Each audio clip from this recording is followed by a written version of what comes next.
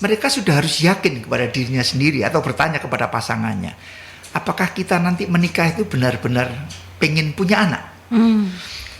Loh dok, kenapa begitu? Zaman dulu menikah kan pasti punya anak. Zaman sekarang ratanya enggak, Mbak. Di belahan dunia lain itu banyak pasangan yang menikah, ya menikah aja untuk teman. Untuk keturunan mereka tidak memikir. Jadi ibu hamil yang sudah langsung hamil, loh dok, kok tahu kalau saya hamil? Nah, itu yang penting dulu untuk orang awam.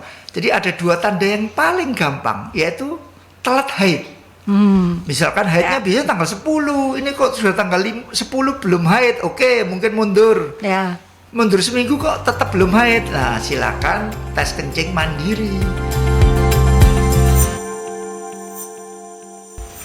96 FM Merkuri, sahabat, dan seperti biasa di pukul 11 hingga 12 atau kurang lebih 1 jam, perbincangan Rumah Sehat Surabaya ini hadir menemani Anda. Dan di hari ini kita bergeser setengah jam, sahabat, tapi tetap tema-tema yang akan kita bahas sebenarnya tema yang menarik untuk bisa dipahami dan diketahui oleh masyarakat, karena perjalanan Rumah Sehat Surabaya ini yang merupakan hasil kerjasama dengan Ikatan Dokter Indonesia Cabang Kota Surabaya ingin mengedukasi masyarakat berkaitan dengan dunia kesehatan, karena kita menghadirkan para pakar, para ahli untuk melakukan hal tersebut, karena di era seperti sekarang ini kita membutuhkan informasi yang tepat dari sumber yang terpercaya.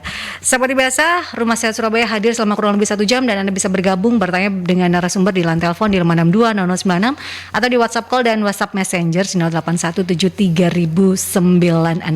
Perbincangan Rumah Sehat Surabaya ini, sahabat, juga bisa Anda ikuti melalui streaming di websitenya Merkuri di www.merkurifm.id atau melalui aplikasi On Airs.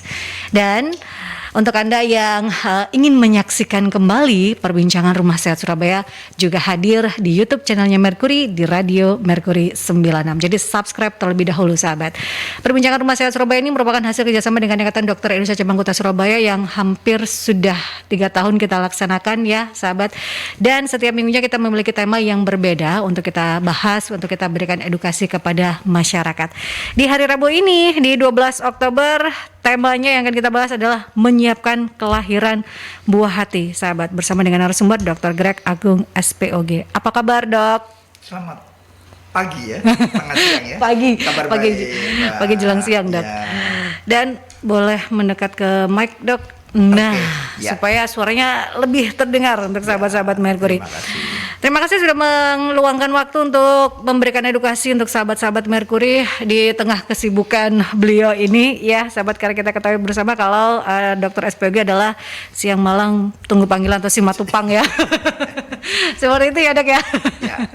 Jadi di tengah kesibukan beliau praktek untuk memberikan edukasi ataupun juga memberikan pertolongan untuk para ibu hamil ini, beliau memberikan kita edukasi berkaitan dengan tema menyiapkan kelahiran buah hati. Karena kita ketahui bersama ya, sahabat, mempersiapkan kehamilan itu adalah hal penting, karena masa kehamilan itu tidak mudah.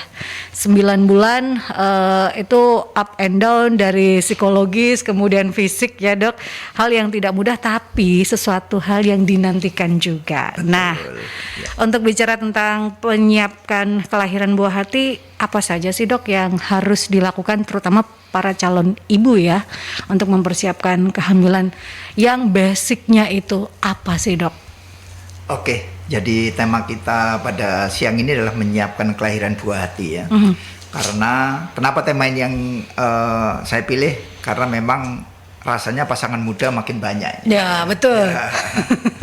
Dan namanya membentuk keluarga. Tentunya namanya berkeluarga itu tidak lengkap apabila cuma suami dan istri doang. Jadi harus ada anak di antara mereka. Jadi memang yang harus disiapkan adalah sebelum, istilahnya bahkan sebelum menikah, ada namanya pre-marriage counseling ya. Jadi nomor 1 tentunya memang harus memilih calon pasangan yang sesuai ya. Banyak sesuainya itu, mungkin ya persamaan sikap, agama, pandangan hidup dan lain-lain. Kalau itu nggak kita bahas hari ini ya. Tetapi adalah hal-hal yang mendasar adalah sebelum kita mempunyai anak, pasangan ini yang tentunya sudah memang menikah atau memang bakal pasti menikah, mereka sudah harus yakin kepada dirinya sendiri atau bertanya kepada pasangannya, apakah kita nanti menikah itu benar-benar pengen punya anak. Loh dok, kenapa begitu? Zaman dulu menikah kan pasti punya anak. Zaman sekarang ratanya enggak ya Mbak. Di belahan dunia lain itu banyak pasangan yang menikah, ya menikah aja untuk teman. Untuk keturunan mereka tidak memikir. Bahkan ada yang menikah tidak untuk punya anak, itu bisa dijumpai ternyata. Betul. Ya. Ada yang free child, memilih untuk free child gitu ya dok ya. Iya benar. Kemudian yang kedua, selain apakah kami siap pengen punya anak, hal yang kedua adalah ingin menjadi orang tua seperti apa. Ya. Itu yang harus ditanyakan atau disiapkan oleh pasangan ini. Kemudian apakah siap secara finansial? Itu penting karena tidak bisa dipungkiri untuk punya anak itu perlu biaya. Ya, baik untuk kehamilan, kemudian melahirkan, dan jangan lupa after that pendidikan. Ya, itu enggak. Kemudian kapan sebaiknya pasangan ini merencanakan kehamilan? Ini penting. Karena ada banyak yang menikah dulu deh, punya anak, dok, saya nanti aja dok ya punya anak. Loh silakan, itu kan keputusan atau manajemen masing-masing dalam berumah tangga. Karena ada yang pengen langsung, ada yang karirnya lagi bagus nih dok, saya juga menikah masih muda nih, nanti aja setelah umur 30 atau 35 ya silakan, itu tentunya pertimbangan masing-masing mereka. Jadi itu empat pokok hal yang mendasar sebelum kita beranjak ke hal yang selanjutnya. Karena memang tidak mudah ya dok, selain juga yang utama adalah finansial, secara psikologis bagi calon orang tua atau yang ingin memiliki momongan itu juga harus diperhatikan, jangan sampai, karena kan kejadian baby blues itu juga banyak ya dok. Betul. Itu juga harus dipersiapkan sebelum kehamilan, tidak hanya itu, setelahnya pun baby setelah lahir ini di 1000 hari pertamanya itu akan menentukan kualitas hidupnya ke depan, itu juga perlu diperhatikan. Maka dari itu perlu untuk mempersiapkan segala sesuatunya. Nah, kalau ada yang bilang, nah itu urusan rezeki nantilah, kalau memang ada ya ada, kalau enggak ya sudah. Apakah itu menjadi pemahaman yang harus diluruskan? Tidak seperti itu, harusnya memang harus diperhatikan secara detail dan betul gitu ya dok ya. Nah, kalau dipersiapkan sebelum pernikahan, apa saja yang harus dilakukan? Apakah ini harus minum asam folat yang tinggi dok, kemudian asupan apa, itu juga harus diperhatikankah sebelum kehamilan atau saat usia sudah mens pertama kali, itu juga sudah mulai harus dipersiapkankah untuk menuju ke sana atau bagaimana dok? Ya. Jadi kita sudah ngomongkan kalau itu pre-marriage counseling ya. Nah, setelah menikah kemudian mereka akan memutuskan untuk hamil. Ada beberapa istilahnya saran atau tips untuk mempersiapkan kehamilan. Yang pertama ya memang sebaiknya melakukan tes medis, jadi istilahnya konsultasi ke dokter, baik pria maupun wanita.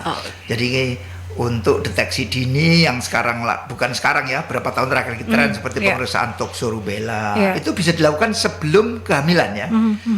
Kemudian untuk pria, kalau yang pria ini misalkan perokok ya, atau peminum, atau kopinya kenceng ya, paling enggak tes sperma, atau merasa saya kok kurang pede, oke silakan. Kemudian juga ke dokter untuk mengetahui paling tidak masa subur itu kapan sih dok. Nah itu penting, berhubungan intim di saat yang tepat itu bisa mempertinggi chance untuk hamil gitu ya. Kemudian tak kalah pentingnya adalah apa? Berat badan yang ideal. Ya, jadi ada beberapa rumus ya untuk BMI ya, untuk istilahnya menjaga supaya tidak berat terlalu berlebihan atau terlalu kekurangan. Ya, jadi yang ideal ya gampangannya aja, tinggi badan kurangi 100 sampai 110 lah, itu yang berat badan ideal di situ. Konsumsi vitamin juga penting. Jadi dari dokter nanti akan diberitahu untuk bisa kehamilan seperti asam folat dan vitamin-vitamin yang perlu untuk terjadinya kehamilan. Selain konsumsi makanan bergizi dan seimbang, jauhi kopi, rokok, alkohol. Kemudian yang tidak kalah penting adalah vaksinasi, Mbak. Jadi di sini ada beberapa vaksinasi yang disarankan untuk wanita sebelum hamil ya, seperti TT, tetanus toksoid, ya, kemudian HPV untuk mencegah kanker serviks, kemudian MMR ya, measles rubella untuk pencegahan penyakit rubella pada bayi yang dikandung. Jadi sebaiknya ya tidak harus sudah dilakukan vaksinasi itu sebelum hamil. Nah, itu sudah untuk kehamilan bisa lebih mantap dan tidak terlalu khawatir. Selain menjaga kesehatan gizi dan tubuh, dan jangan lupa untuk berat badan ideal selain makanan juga rutin berolahraga. Nah, itu terpenting ya, menjaga. Jadi sebelum hamil itu yang harus diketahui oleh ibu hamil. Nah, ibu calon ibu gitu ya, iya, untuk cara. Betul. Nah, ini bukan hanya untuk calon ibu sepertinya, memang kalau bicara tentang berat badan dan lain sebagainya, tapi juga suami ya dok ya. Iya. Karena kan ini istilahnya berdua yang bikin ya dok. Iya, betul. Jadi tidak hanya salah satu yang harus menjaga, tapi dua-duanya. Nah, setelah ibu hamil baru itu akan tanggung jawabnya lebih besar ke ibu gitu ya dok ya, dalam mempersiapkan. Nah, setelah itu sebelum hamil itu yang harus dipersiapkan oleh sahabat-sahabat Merkuri ya, dalam mempersiapkan kehamilan yang baik supaya lancar sampai dengan kelahiran dan juga setelahnya.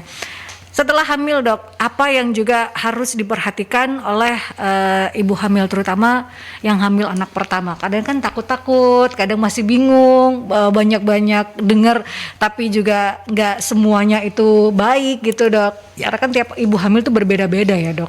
Betul. Jadi ibu hamil yang sudah langsung hamil, loh dok, kok tahu kalau saya hamil? Nah, itu yang penting dulu untuk orang awam. Jadi ada 2 tanda yang paling gampang, yaitu telat haid. Misalkan haidnya biasanya tanggal 10, ini kok sudah tanggal 10 belum haid, oke, mungkin mundur. Ya. Mundur seminggu kok tetap belum haid. Nah, silakan tes kencing mandiri. Tes kencing, kalau emang 2 garis, nah udah ada sinetronnya itu ya, 2 garis biru. Itu, oh berarti saya hamil. Terus langkahnya bagaimana? Jangan khawatir juga, apalagi di Surabaya, kota besar. Dokter kandungan, bahkan bidan mandiri atau puskesmas sudah siap melayani kepentingan ibu-ibu yang hamil. Jadi melayani pemeriksaan itu segera periksa ke fasilitas kesehatan terdekat. Ya. Jadi itu yang harus dilakukan untuk kemudian akan dapat vitamin, dapat pengarahan lebih lanjut, ya toh. Untuk kapan harus diperiksa lebih dalam. Jadi aturannya secara nasional itu minimal 4 kali lah dalam kehamilan itu pernah periksa ke fasilitas kesehatan. Tapi kalau mau lebih detailnya ya setiap bulan sekali periksa itu. 0 sampai 7 bulan 1 kali, 7 sampai 9 bulan itu 2 kali seminggu, 2 minggu sekali, 9 bulan sampai menjelang lahir adalah sekali seminggu. Idealnya di situ. Tapi kalau di tempat, kalau di Surabaya saya kira bisa dipenuhi. Tapi kalau di luar Surabaya, dokternya jauh, tempatnya pegunungan, mungkin minimal 4 kali lah selama kehamilan. Ketemu dokter atau bidan ya. Karena itu penting ya dok untuk mengetahui perkembangan dari janin dan juga untuk mempersiapkan kelahiran. Betul. Karena kita ketahui bersama juga tidak mudah segala prosesnya ya. Tapi kehamilan ini dinantikan banyak orang. Bahkan banyak yang mengatakan adalah pejuang garis biru dok. Pejuang 2 garis ini yang banyak digaungkan sekarang ini. Dan kalau pemeriksaan yang baik adalah paling tidak 4 kali dalam kehamilan. Nah, untuk USG-nya sendiri dok, itu yang paling baik juga berapa kali dalam kehamilan? Kalau di Surabaya, kita ngomong di Surabaya ya. Ya, itu tadi 0 sampai 7 bulan 1 kali sebulan ya. 7 sampai 9 bulan 2 minggu sekali. Kalau sudah 9 bulan ke atas 1 minggu sekali. Itu yang paling ideal. Yang paling ideal sama 4 kali, minimal 4 kali. Jadi pada hamil muda, kemudian trimester kedua 1 kali, kemudian trimester keempat 2 kali. Begitu, paling ideal, paling minimal itu ya. Nah, ini untuk ibu hamil apa saja sih dok yang harus diperhatikan? Mungkin konsumsi. Kadang kita juga ketahui bersama bahwa kita tidak adalah rumor yang nggak boleh makan nanas, kemudian tidak boleh makan durian. banyak yang tidak bolehnya, tapi banyak yang mengatakan juga kalau bisa minum air kelapa muda lebih banyak supaya lahirnya anaknya putih, minum apa supaya lahirnya lancar. Itu tuh mitos atau memang ya boleh atau memang dibatasi atau tidak boleh sama sekali, Dok? Ya. Jadi kehamilan itu sendiri dibagi 3 trimester ya. 3 bulan pertama, kedua, dan ketiga. 3 bulan pertama adalah masa pembentukan organ. Kalau di kita dinamakan organogenesis, di mana harus dipenuhi unsur-unsur tertentu yang istilahnya menjauhkan dari kecacatan dan untuk pembentukan dia di kemudian hari supaya lebih sempurna. Ya. Salah satu yang paling penting adalah konsumsi asam folat tentunya pada 3 bulan pertama untuk mencegah kecacatan pada kepala dan tulang belakang ya, jadi harus itu.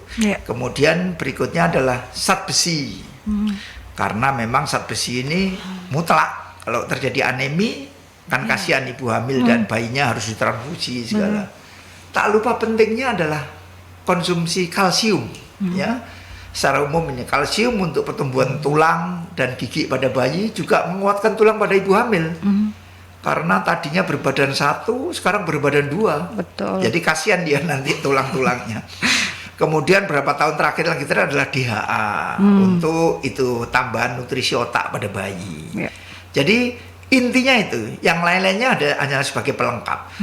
Susu hamil, Dok, bagaimana? Susu hamil itu pelengkap. Kalau memang tidak ada alergi susu ya dan doyan susu, silahkan mengkonsumsi. Kalau tidak, ya protein bisa didapat dari yang lain, seperti makanan yang berprotein, dari telur, ya, dari puding, macam-macam ya. Itu intinya. Kemudian mitos banyak sekali, seperti makan sate bikin kanker. Ya. Intinya kalau bakar-bakaran ya kita singgung ya, itu pokoknya matang is oke. Ya, sate, steak. Saya selalu bilang sama pasien saya, kalau ibu hamil tidak boleh makan sate, kasih tukang satenya. Iya. Jadi itu hanya mitos. Kemudian mitos satu lagi, minum air kelapa untuk supaya bayinya putih. Air kelapa itu ya air kelapa aja, isinya antihistamin ringan sama kalium ya. Jadi boleh, tetapi kalau untuk terus-terusan yang lebih bagus ya susu hamil ya. Kalau air kelapa bikin putih, kenapa kita tidak kirim ke Afrika supaya orang Afrika putih semua? Kenyataannya kan nggak begitu ya. Padahal di sana juga ada. Itu gen. Iya, betul. Ya. Justru kalau orang kita sawo matang anaknya putih semua, loh, para suaminya curiga. Ya, loh, anaknya siapa? Gitu ya. Iya. Jadi susu bukan berarti anak saya pasti putih dok susu. Enggak juga. Karena susu warnanya aja putih, tapi kandungan proteinnya itu yang diperlukan untuk pertumbuhan bayi, masa otot dan otak bayi. Jadi bukan bermaksud bikin Indonesia jadi putih semua ya, enggak lah ya. Malah takut loh, sawo matang kok putih semua. Iya, karena warna kulit itu gen. Ya, jadi jangan berharap saya pengen anak saya putih. Nah, dilihat dulu bapak ibunya dan keturunannya dulu gitu. Siapa tahu memang ada tetangga Anda yang oh ini putih, di turunannya ada keturunannya putih gitu ya. Nah, ini sudah ada pertanyaan dari Rina. Dok, saya mau tanya, saya belum hamil tapi ada yang bilang teman saya itu untuk mempersiapkan hamil minumlah susu ibu hamil karena memiliki asam folat tinggi untuk jaga-jaga siapa tahu nanti saat hamil asam folat kita sudah mencukupi. Itu seperti apa, Dok? Ya. Ada kan sekarang beberapa tren yang mengatakan sebelum hamil setelah menikah malah minum susu ibu hamil, Dok, padahal belum hamil gitu, Dok. Jadi sebetulnya tidak salah, boleh-boleh aja. Tetapi beberapa produsen yang saya tahu ya, maaf saya bukan dari pabrik susu ya, itu mereka ada produksi susu untuk persiapan kehamilan. Merek tertentu ada memang untuk persiapan kehamilan. Saya sukanya susu hamil, Dok, juga nggak apa-apa karena gizinya pasti lebih tinggi. Ya silahkan aja. Jadi yang dicari adalah asam folatnya. Kalau susu hamil memang cukup lengkap komposisinya. It's okay, tidak ada masalah sama sekali. Silakan. Asal jangan dibalik. sebelum hamil minum susu hamil, begitu hamil malah nggak mau susunya lah, kan kebalik. Karena itu kebutuhannya ya. itu saat hamil, begitu. Jadi jangan balik ya, boleh untuk Mbak Rina atau Ibu Rina ini mengkonsumsi susu hamil sebelum Anda hamil, tapi itu diteruskan setelah Anda hamil juga gitu. Betul, ya dok ya. Karena begitu. Nutrisinya itu yang penting. Nah, Ya. kalau kita bicara tentang asam folat tadi dokter mengatakan juga itu vitamin atau kandungan yang harus dikonsumsi saat ibu hamil. Iya. Kenapa asam folat ini dibutuhkan sekali, dok? Apakah dan dari makanan apa yang tinggi asam folatnya? Asam folat bisa diperoleh dari kacang-kacangan ya terutama. Tetapi kadarnya tentunya tidak tinggi banget. Kita harus makan banyak sayuran kacang-kacangan setiap hari, tentunya ya blenger juga kalau orang Surabaya. Jadi sudah banyak kemasan sekarang tersedia. Memang folic acid ini berguna nomor 1 adalah mencegah itu tadi, kecacatan pada SSP, sistem saraf pusat dan tulang belakang. Tentunya itu yang paling dihindari oleh istilahnya untuk kehamilan ya, karena itu cacatannya bersifat letal. Jadi asam folat sangat penting pada perkembangan bayi-bayi, terutama pada trimester pertama. Nah, itu pentingnya asam folat ya saat kehamilan, atau memang asam folat ini dibutuhkan juga tidak hanya saat masa kehamilan, atau bagaimana untuk perempuan, dok? Kalau untuk tidak hamil, asam folat sudah cukup terpenuhi pada dari makanan kita sehari-hari. Makanya makan harus bervariasi, jangan lupa sayur. Itu sudah terpenuhi. Tapi untuk hamil memang biasanya harus ada tambahan. Iya, seperti itu ya sahabat. Nah, kita akan ke jeda iklan terlebih dahulu, tapi jangan khawatir, perbincangan saya bersama dengan Dr. Greg Agung SPOG masih akan berlanjut berkaitan dengan menyiapkan kelahiran buah hati. Anda juga masih bisa bertanya bersama dengan Dr. Greg di line telepon di 5620096 atau di WhatsApp call dan WhatsApp Messenger di 08173009. Tetap stay tune di Perjalanan Rumah Sehat Surabaya. 96 FM Merkuri, sahabat, masih di perbincangan Rumah Sehat Surabaya di edisi Rabu 12 Oktober 2022 dengan tema menyiapkan kelahiran buah hati, sahabat. Karena kita ketahui bersama masa kehamilan itu penuh tantangan karena tidak mudah, tapi kehamilan ini banyak dinantikan karena kita ketahui bersama juga banyak yang dikatakan pejuang dua garis ini yang pengen sekali dalam rumah tangga ada sosok anak kecil yang bisa membahagiakan keluarga, dan ini kita bahas bersama dengan Dr. Greg Agung SPOG. Tadi sudah kita bahas berkaitan dengan pentingnya asam folat terutama di 3 bulan pertama ya dok, karena untuk menghindari kecacatan dan lain sebagainya, itu pentingnya asam folat. Selain untuk itu, asam folat juga penting untuk mempersiapkan kehamilan. Nah, kita bicara juga terkait dengan setelah mengkonsumsi makanan, kemudian kalsium, DHA, zat besi. Kadang ibu hamil itu makannya katanya untuk 2 orang, jadi makannya banyak sekali. Nah, kenaikan yang diperbolehkan dok, karena kan meskipun makan untuk 2 orang, tapi kan ada batasnya juga ya dok ya. Kenaikan berat badan yang diperbolehkan itu berapa sih dok? Karena juga berhubungan dengan kelahiran ya dok? Iya, jadi memang sudah ada patokannya. Jadi kenaikan berat badan selama 0 sampai 9 bulan. Kalau 0 sampai 3 bulan biasanya stabil. Atau malah karena beberapa yang turun karena memang hormonnya masih adaptasi istilahnya. Dia masih mual muntah, ya, menyesuaikan. Begitu trimester 2 biasanya meroket dia. Jadi berat badan yang dianjurkan adalah sekitar 12 sampai 16 kilo untuk ibu hamil yang datang pada saat berat badan yang normal. Kalau dia datang udah overweight 90 kilo atau 100 kilo ya nggak usah banyak-banyak deh, 7 sampai 10 kilo aja. Karena ibu hamil pasti naik. Jarang sekali ibu hamil yang naiknya di bawah 5 kilo, itu jarang. Biasanya rata-rata malah kalau tidak pinter-pinter kita dokternya ngatur, memberi saran untuk makanan, itu naiknya akan berlebihan. Karena memang makan nasi dan minum es itu kalau di Surabaya panas begini enak sekali. Wah, seger sekali dok. Nasinya sambil penyetan gitu, wah bisa habis 2 piring gitu ya. Ada terang bulan yang enak. Waduh, terang bulan yang manis. Makan ya. Jadi memang batasi karbo, utamakan protein, sayur buah ya. batasi karbo, bukan di stop tapi dibatasi, karena karbohidrat juga penting. Kalau tanpa karbo kita akan lemes, nggak ada energi juga. Begitu, Mbak. Nah, ini berpengaruh dengan berat badan bayi nggak sih, Dok, kalau membatasi atau mengurangi karbo? Apakah berpengaruh nanti bayinya istilahnya lebih kecil atau enggak sama sekali sih, Dok? Jadi berat bayi itu nomor satu memang tergantung genetik juga mempengaruhi, ya. Yang kedua adalah asupan gizi. Jadi yang utama tentunya protein, karena bayi di dalam itu untuk masa otot, pertumbuhan ototnya dan otaknya adalah protein. Jadi kalau karbo dibatasi tidak akan memperkecil bayi, ya.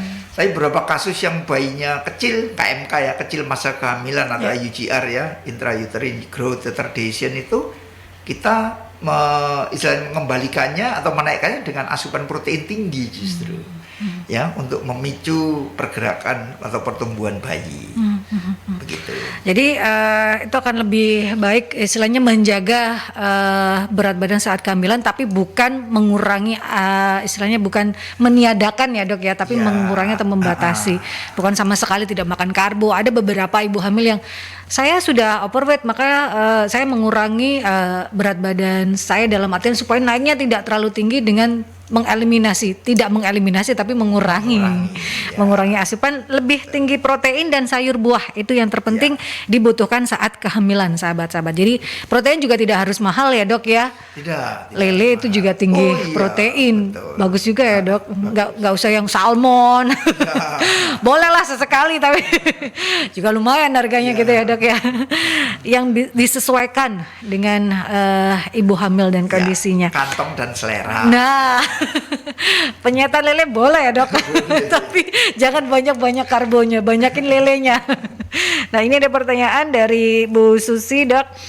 Saat mempersiapkan kehamilan, bagaimana menghindari anak dari kecacatan mental? Apakah bisa diketahui dari tes pranikah, Dok? Karena ada teman saya, keduanya kelihatan sehat, tapi anaknya lahir normal saat bayi.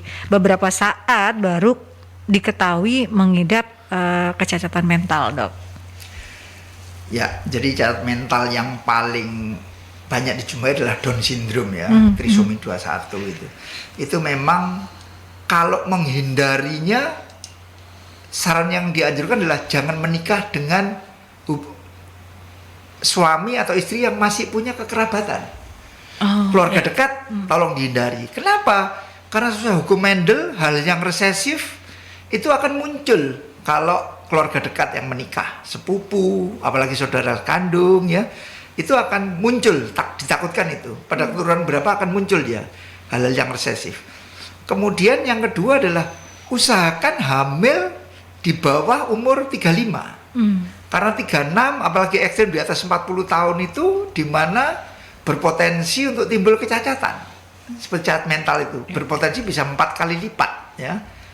Ada resiko ke arah situ. Jadi kemudian juga makanan yang bergizi ya, kemudian juga menyiapkan istilahnya tes-tes laboratorium, ada beberapa. Tetapi yang paling populer kalau hamil pada usia muda untuk deteksi dini cacat mental, kita ngomongin Down syndrome itu adalah ada sekarang NIPT ya, non invasive prenatal test. Memang masih dikirim ke luar negeri dan masih cukup mahal. Bisa ke dokter kandungan terdekat atau yang ke feto maternal untuk dilakukan pemeriksaan itu. Itu untuk mendeteksi secara dini gitu. Pada trimester pertama itu dari pemeriksaan darah itu, Pak. Dari pemeriksaan darah, tapi cukup lumayan mahal ya, Dok, karena belum ada alatnya di Indonesia. Ya, jadi harus dikirim. Beberapa lab ada, dia dikolek kemudian dikirim ke dalam 2 minggu hasilnya jadi. Nah, ada juga yang mengatakan bahwa untuk menstimulasi otak bayi, musik itu baik didengarkan, Dok. Itu disarankan atau boleh dan silakan gitu, Dok? Ya.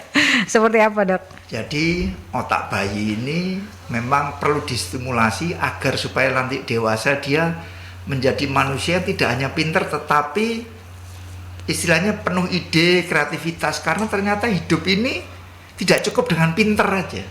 Harus kreatif, bagaimana menerima rangsangan, cepat tanggap. Lah itu bisa dilatih, sudah ada banyak penelitiannya. Di atas 7 bulan yang dilakukan waktu itu kebetulan guru saya sendiri yang melakukan penelitian dengan musik-musik klasik, ya, itu untuk memicu saraf-saraf tertentu di otak bayi untuk lebih istilahnya men-trigger dia kemampuan untuk nanti setelah lahir berespon adaptasi dengan baik, ya. Jadi 3 bulan didengerin belum, dia 5 bulan itu baru bisa mendengar suara dari detak jantung ibunya. 7 bulan baru bisa mendengar suara di luar perut, ya sebatas sekitar 10 maksimal 20 cm dari perut. Itu. Jadi tidak terus 3 bulan atau baru hamil 5 minggu ditempeli headphone. Ya, enggak, betul. itu useless, tidak ada gunanya. Karena ada itunya, ada ilmunya. 7 bulan ke atas sampai melahirkan baru. Itu dengan jarak ditempel boleh maksimal 20 cm, ideal 10 cm dari perut dengan headphone gitu ya, dengan musik-musik klasik. Dok, sekarang musimnya campur sari, gimana? Nah, itu penelitiannya klasik soalnya ya. Saya nggak ikut meneliti ya. Mungkin jadi pedangdut juga bisa. Boleh. Bisa diatur ya, orang tua maunya nantinya anaknya suka apa itu dari kecil bisa ya dok ya. Kalau suka campur sari didengarkan campur sari. Tapi selain musik juga simulasi seperti obrolan dari ayah, kemudian ibu, sentuhan dari ayah atau ibunya itu juga penting ya dok untuk menstimulasi. Itu juga usianya di atas 7 bulan dilakukan. Dia bisa mendengar suara detak jantung ibunya, suara ibunya dari 5 bulan, jangan lupa. Karena ibunya kan istilahnya satu darah ya, satu tempat ya. Dia bisa 5 bulan. Makanya untuk orang yang sepanjang hidupnya stres, marah, itu kan aliran pembuluh darahnya juga tidak stabil, itu mempengaruhi kesehatan janin. Ya. Jadi ibu yang baik ya akan melahirkan bayi yang baik, gampangnya begitu. Ibu yang penuh masalah, enggak gizi, yang bertengkar terus, yang ya bayinya juga akan nanti lahirnya juga akan, katanya begitu. Berapa penelitian akan stres, gampang rentan, ya anak-anak broken home misalnya begitu. Ya. Jadi saat kehamilan pun juga harus diperhatikan, itu akan mempengaruhi psikologis dari anak ke depannya gitu ya dok ya. Karena dia merekam karena mendengar itu tadi. Mungkin nggak tahu anunya, tapi nadanya naik turunnya kan tahu dia.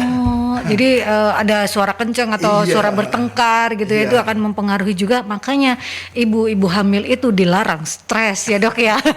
Karena itu akan mempengaruhi juga gitu.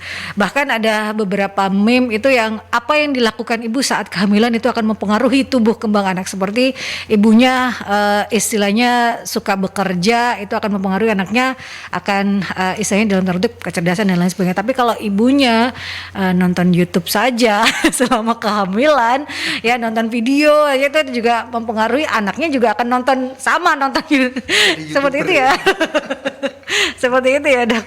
Nah ini bicara juga tentang tes tadi sempat terlewat. Kalau untuk tes ibu-ibu yang memiliki penyakit seperti degeneratif diabetes, darah tinggi, apakah itu juga harus memeriksakan darahnya rutin dok selama kehamilan menuju ke kelahiran? Ya, jadi pada ibu hamil tadi selain yang saya beritakan adalah bahwa paling enggak trimester pertama periksa 1 atau 2 kali ke fasilitas kesehatan atau ke dokter, itu memang akan dites darah. Darah dan urin untuk tahu apakah ibu ini punya diabetes, HB-nya berapa, punya penyakit degeneratif seperti diabetes, kemudian tensi juga akan diukur, kemudian HIV sampai penyakit yang mungkin sudah hampir punah tapi kalau kena bisa fatal, sipilis, HBsAg, hepatitis itu akan diperiksa. Dan saya promosi sedikit karena saya warga Surabaya. Di Puskesmas Surabaya, warga Surabaya itu mendapatkan lab itu gratis. Jadi pasien-pasien saya di praktek itu selalu saya bilang kalau mau periksa sendiri boleh, tapi kalau di Surabaya gratis itu tes di Puskesmas. Tiap hamil muda akan dites itu. HB, urin untuk tahu diabetes apa enggak, kemudian tanda-tanda preeklamsi, tensi, kemudian HIV, ya HBsAg itu free di Surabaya. Maka berbaikilah jadi orang Surabaya. Kota lain saya nggak tahu, kayaknya enggak kalau Surabaya sudah beberapa tahun terakhir ini sudah diterapkan gitu ya, Dok, Iya. untuk mengurangi istilahnya kita ketahui bersama, karena angka kematian ibu saat melahirkan itu cukup lumayan tinggi Iya, juga ya, Dok. betul. Makanya pemerintah Kota Surabaya berinisiatif untuk melakukan segala tes untuk menghindari hal tersebut. Jadi untuk sahabat-sahabat Merkuri yang memiliki saudara atau temannya yang berKTP Surabaya dan belum tahu, ternyata untuk yang hamil bisa dilakukan pengecekan tes darah itu Gratis. lengkap dan gratis, bisa ke puskesmas. atau rumah sakit umum di Surabaya milik Pemkot atau Pemprov. Ya. Ini luar biasa untuk solusi juga supaya mengetahui apakah ada kendala dalam masa kehamilan. Iya, Itu yang terpenting juga ya, sahabat.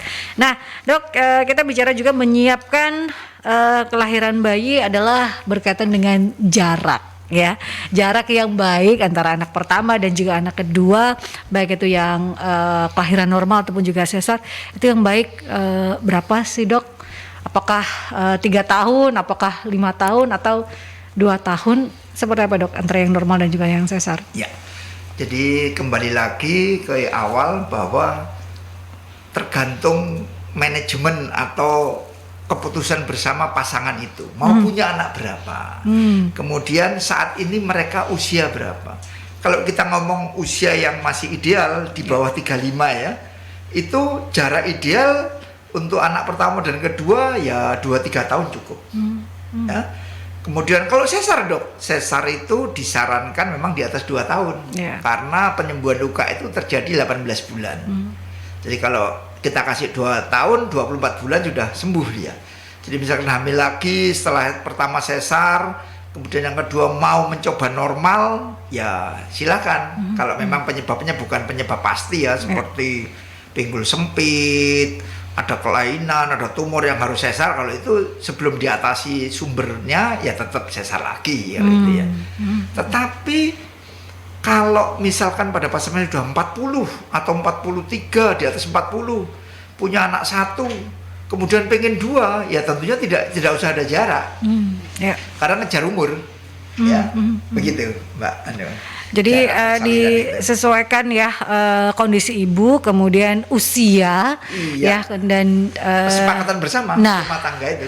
Mau pengen punya anak berapa gitu ya, dari awal dipersiapkan itu tadi ya, seperti itu, sahabat. Nah, ini pertanyaan, Dok, dari Bu Ida. Dok, kalau istri sudah usia 45 tahun ke atas atau bisa dikatakan hampir 50 tahun, tapi pengen punya keturunan lagi karena suaminya tuh masih muda, Dok, sekitar 30-40an tahun. Apakah bayi tabung itu memungkinkan?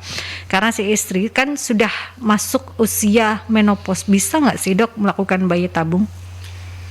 Jadi usia wanita itu untuk mempunyai anak ada batasnya. Ya, ada namanya, mungkin pernah dengar menopause atau pramenopause.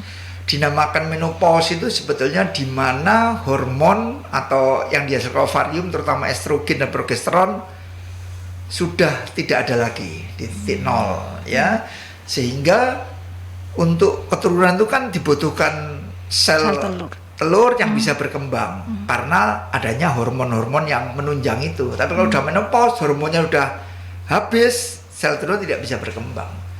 Biasanya umur berapa, Dok? Di atas 45 biasanya sudah itu pramenopause. Di saat itu sudah bayi tabung pun susah untuk istilahnya menimbulkan stimulasi untuk bisa timbul sel telur.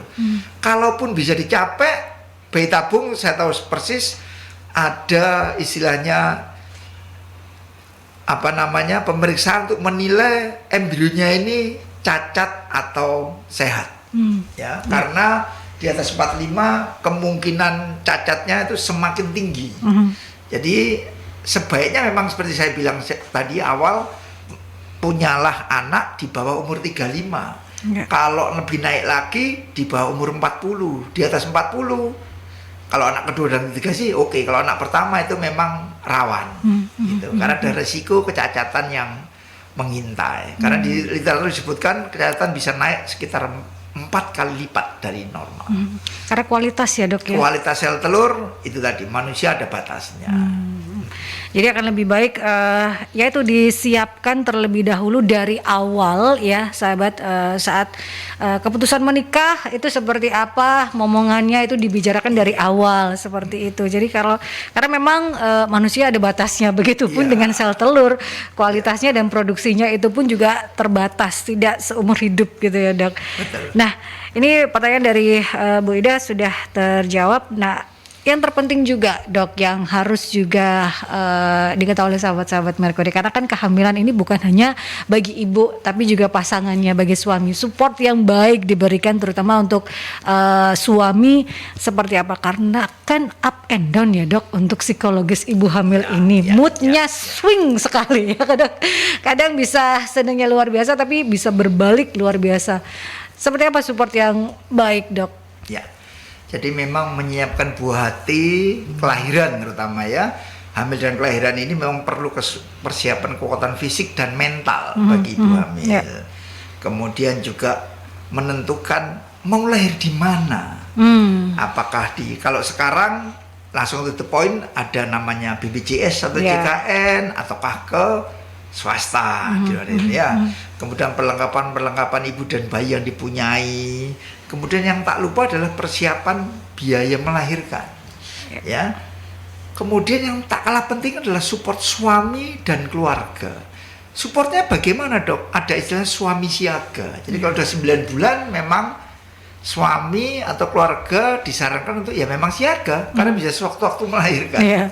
Jangan malah suami dan keluarga memutuskan untuk acara atau traveling atau reuni keluarga di deket-deket istri melahirkan. Lah ini kan nggak support namanya. Nanti saat melahirkan dia nggak ada temennya. Merasa sendiri, udah moodnya swing.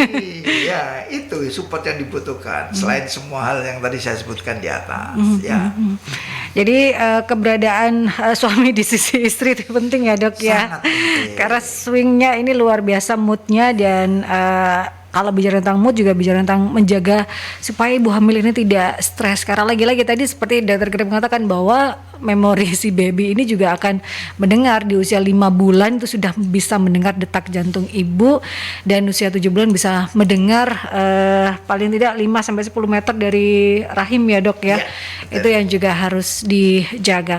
Tidak mudah memang ya usia 9 bulan dari ibu hamil ini, tapi ini banyak dinantikan masa-masa seperti itu. Bahkan ada juga yang saya pengen hamil lagi karena pengen merasakan itu lagi prosesnya itu ya Dok ya. Jadi ini mempersiapkan segala sesuatunya supaya buah hati ini bisa lahir dengan baik, itu juga penting. Nah, perjalanan rumah sehat masih akan berlanjut. Untuk menjawab beberapa pertanyaan ini ada Bu Reni. Saya ibu muda yang saat ini sedang mengandung anak pertama dengan usia kandungan 7 minggu. Saya punya riwayat diabetes. Persiapan apa Dok yang harus saya lakukan? Ya, pertama-tama selamat kepada ibu. Mudah-mudahan bayinya sehat, ibunya juga sehat, lancar sampai persalinan. Jadi kalau dari riwayat diabetes tentunya bisa menghubungi fasilitas terdekat. Ya saran saya tidak ke bidan, mohon maaf, tapi ke dokter kandungan. Karena di situ nanti akan dites kira-kira diabetesnya ini perlu diobati apa tidak. Karena ada beberapa kasus yang memang diabetesnya tinggi sehingga kita perlu bantuan dokter internis atau penyakit dalam untuk mengobati diabetesnya, biasanya dengan pemberian insulin ya. Kemudian kita yang memicu ngasih vitamin untuk babynya. Jadi memang kalau diabetesnya tinggi, memang benar-benar diabetes gestasional ya saat hamil, itu kita perlu kolaborasi dengan bidang penyakit dalam. Supaya bisa terkontrol dengan baik ya Dok. Selama kehamilan itu, supaya tidak menimbulkan hal-hal yang tidak diinginkan pada janin. Iya, itu pada ya. janin dan ibunya, betul. Ini ada pertanyaan dari Venita, Dok, apakah penggunaan stagen setelah persalinan itu aman digunakan Dok? Nah ini banyak nih Dok di orang Jawa terutama penggunaan stagen atau bengkung. Seperti apa Dok? Saya 20 tahun jadi ahli kandungan, tiap hari lihat stagen gurita itu bertebaran ya. Tapi kalau saya lihat di film-film barat itu kok nggak ada orang lain. Jadi karena memang ini budaya ya. Saya selalu bilang stagen itu boleh, tetapi fungsinya apa Dok? Saya balik tanya, lah ibu pakai ini untuk apa? Nggak tahu, mama yang suruh atau ibu yang suruh, nenek yang suruh. Jadi begini, mungkin saya bisa memahami orang-orang tua karena habis bayinya keluar, perutnya masih besar, gluwir-gluwir, nggak enak, dirapetin. Tetapi stagen ataupun bengkung itu tidak obat untuk menguruskan badan. Ini yang harus disadari ya. Jadi pakailah secukupnya, asal tidak sesek, aktivitas tidak terganggu. Menyusui juga gampang. Kalau ketinggian menutupi payudara kan mau menyusui susah. Padahal ibu hamil itu, ibu melahirkan itu 6 bulan pertama menyusui tiap 1-2 jam diharapkan yang gampang ya untuk dicapai bayinya. Jadi monggo aja, silahkan pakai itu, tapi saran saya yang tidak terlalu seret. Soalnya banyak berapa kasus pasien saya di praktek mau saya kontrol pakai korset yang super seret, begitu dilepas, aduh leganya dok. Loh terus di rumah disuruh pakai diseret gini dok. Enak, memang enak, nggak enak lah, ini kan kasihan. Akhirnya kalau terlalu seret kan makan susah, duduk susah, berak juga susah. Ya. Jadi sesuaikan aja. Kalau saya nggak pakai dok, juga nggak apa-apa. Gitu ya. Jadi pilihan ya, jangan sampai akhirnya menyiksa dan menyiksa kemudian ibu ini menjadi stres dan air susunya tidak keluar. Kasihan babynya gitu ya. Jadi disesuaikan. Kalau memang ada nyaman menggunakan ya boleh, tapi kalau tidak nyaman digunakan ya disesuaikan saja lah ya, sahabat. Boleh saja terkait dengan penggunaan dari stagen atau bengkung ini, karena bicara tentang stagen dan bengkung adalah balik lagi budaya, di luar nggak ada tuh seperti itu ya dok. Nah, perbincangan masih akan berlanjut bersama Dr. Greg Agung SPOG, sahabat, di Perjalanan Rumah Sehat Surabaya, karena kita akan ke jeda iklan terlebih dahulu. Tetap stay tune di Rumah Sehat Surabaya. 96 FM Merguri, sahabat, tidak terasa kita sudah ada di akhir sesi Perjalanan Rumah Sehat Surabaya di edisi 12 Oktober ini bersama dengan Dr. Greg Agung SPOG terkait dengan tema menyiapkan kelahiran buah hati. Tadi sebelum menikah, sebelum kehamilan kita sudah memberikan ada informasi tentang hal itu. Kemudian saat kehamilan kita juga sudah memberikan banyak hal informasi terkait hal tersebut. Nah, setelah melahirkan pun yang tidak kalah penting adalah pemberian ASI.